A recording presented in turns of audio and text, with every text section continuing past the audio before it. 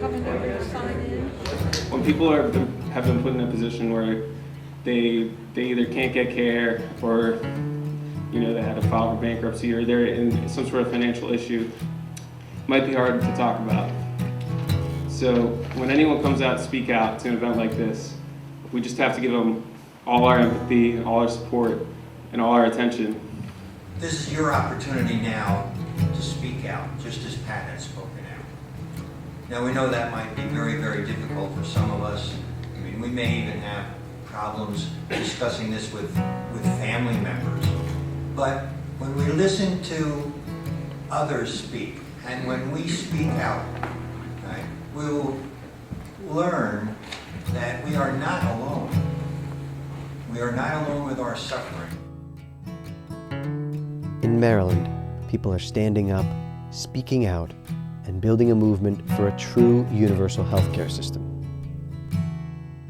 I'm Kathy Rosenlack-Kruner, and my husband was diagnosed with cancer. On one particular, before his first stem cell transplant, he needed a medication that, like one of the ladies over here mentioned, was $4,000, and he was declined, our health insurance company declined that.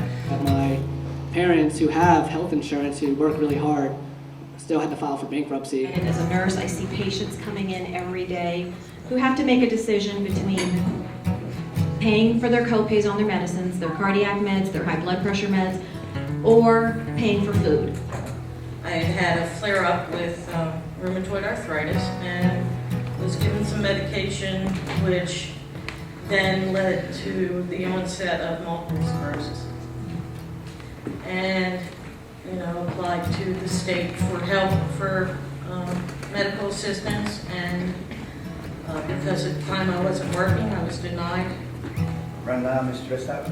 I've been lucky I haven't lost my house yet. Well, that's good. What we're talking about is a broken system, because we see story after story supporting this. I don't think any program is going to be perfect, because we aren't perfect people. There will be people that find a way to take advantage, but everybody needs to have the right to health care, not just based on your income, what you have or don't have.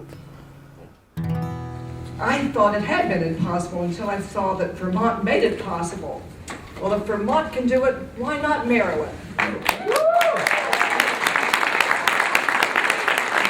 What we did in Vermont helps the people of Vermont, but like I said, it can't just be Vermont. For my family and for many others today, Maryland taking up the charge of winning healthcare as a human right is a moment of hope. So we say everyone in, nobody out, healthcare is a human right. Took back what you stole from me. I took back.